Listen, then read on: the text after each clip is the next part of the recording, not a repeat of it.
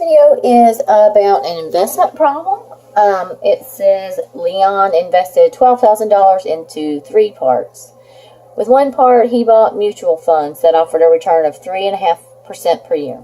With the second part, which amounted to twice the first, he bought government bonds, which returned 4% per year.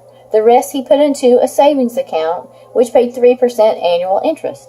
If the total interest, if the total interest for the first year was $401.25, how much did he invest at each rate? All right, so Leon's got some money, and he's going to invest it 3 different ways for a year.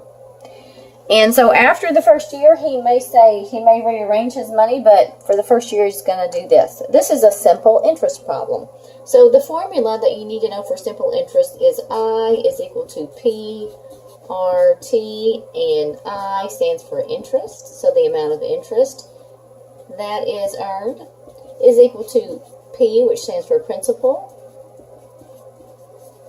times R, which is the interest rate, times time, which is time, and this is in years, and the rate is going to be in decimals. So we're going to be using this formula. Alright, the total amount of money that Leon has is $12,000. So this, I like to kind of draw a circle. I know that doesn't look like a circle, but it will do. Just divide this into 3 pieces. Alright, so here's a piece, and here's a piece.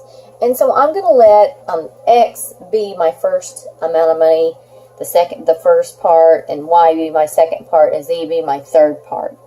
So it says with one part, I'm going to call that X, he bought mutual funds that offered a return of 3.5% per year. So in the X, I'm going to say 3.5%. That's how much that's worth. And with the second part, and that's what I'm going to call Y, he bought government bonds, which returned 4% per year. So I'm going to say 4% is going to go right there with my Y.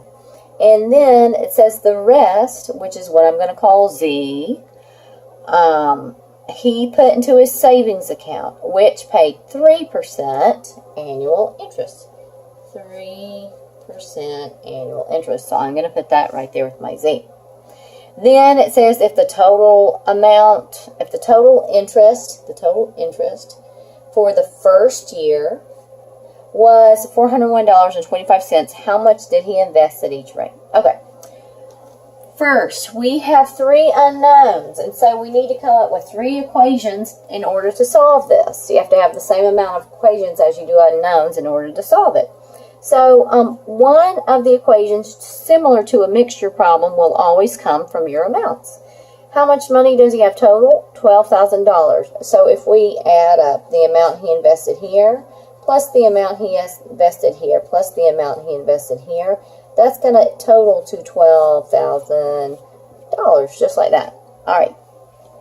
Another equation that we can get is from something they said in the problem, which I haven't talked about yet. It says, with the second part, and that's what I'm calling Y, which amounted to twice the first, which is what I called X. It says the second part, Y, amounted to equals to twice the first. 2 times the first amount. So Y is equal to 2X. That's another equation we can come up with. And then the third equation is going to be where we total up the amount of interest from each of the individual parts. He's going to gain some interest on the first year from this part, and from this part. And how we find that is by interest is equal to principal times rate times time. P, principal, is the amount he invested. So let's look at the first part, X. The amount he invested here is X. The interest rate he had was 3.5%. So to convert percentage into decimal, you divide by 100, which in effect moves the decimal to the left 2 places, times 0.035. And this is for the first year. The amount of time is 1 year. Plus the PRT for the second is Y, is the amount he invested there. The interest rate is 0.04, and again, this is for 1 year. The amount he invested in the third part is Z, that's principal. The interest rate is 0.03, and it's for, again, 1 year. This is going to equal to the total value of the interest during the first year, which they told us was $401.25. This is the three equations. I'm going to put this into, I'm going to get it a little bit better shape. The first equation is in good shape. I'm going to leave him alone. The second equation, what I want to do is move the 2x over there. So I'm going to rewrite this. I'll rewrite it below into 2x, negative 2x, I have to subtract it to the other side, plus y is equal to 0. That's what will happen there. And this equation right here, I'm just going to make it look cleaner. 0.035 times 1 times x is 0.035x. 0.04 times 1 times y is 0.04y. 0.03 times 1 times z is 0.03z. And this is equal to 40125. Alright. Now, last video I made, I solved this system using RREF. But this time I'm going to use inverse matrices just so you can see the process. So x is equal to A inverse times B. So x is equal to A inverse times B. Alright, B is the solutions matrix, which in the way I've got it written, let's see, I rewrote this equation, so I'm marking this out. Here's one equation, here's the second one, here's the third one. Those are equations. Okay. So, A is my coefficient matrix. So I'm going to write 1, negative 2.035. The y column is going to be a 1, 1.04. The z column is going to be a 1. There's not a z right here, so I'm going to put 0 and then 0.03. 0.03. This is my coefficient matrix. Alright, I'm going to find the inverse of A, because x is equal to A inverse times B. So I'm going to write the inverse in here if I can write it small enough. And then B is what I call the solutions matrix, and it's what I have on the right-hand side. So 12,000, and it's going to be hard to fit in. 12,000 is my first element right there. 0 is my middle one, and 40... Goodness, I did not leave enough room. 401.25 is my third one. So I'm going to enter that in the matrix, my calculator. So what I do to find A inverse is I say second matrix A. Now A is this. It's a 3 by 3. So I'm going to have to edit it because the last time I did it, I had a 3 by 4. So 3, 3. And I just enter A. 1, 1, 1. Negative 2, 1, 0. Oops, that was messed up.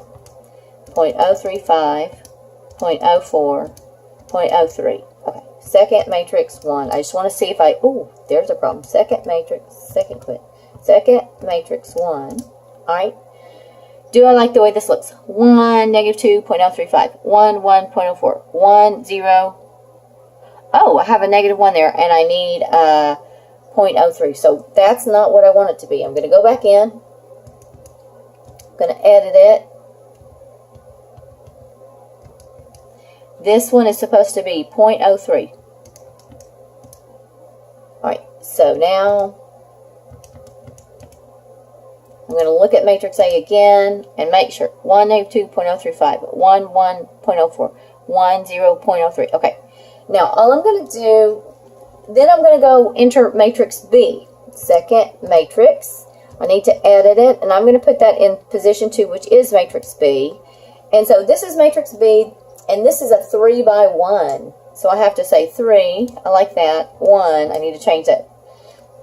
I'm going to enter 12,000. I'm going to enter 0. I'm going to enter 401.25. And so when I look at matrix B, I'm going to call that up and make sure it looks like I want it to. 12,000, 0, 401.25. Good. When you solve by the method of inverse matrices, you just say x is equal to A inverse times B. So, here I go. second matrix 1, this is my A. I want to take the inverse, and you get that by hitting the x to the negative 1 button. And then I want to multiply that times matrix B, second matrix 2. And when I do that, I will get these answers, which tells me that x is equal to 1650, y is equal to 3300, and z is equal to 7050. And these are the amount of each investment at each percentage rate. Now, on your test, I'm going to make you write down a inverse to show me that you use this method. So let's find, let's see. Oh, goodness, let's put a second matrix, enter 1, A inverse. I'm going to have you write this down.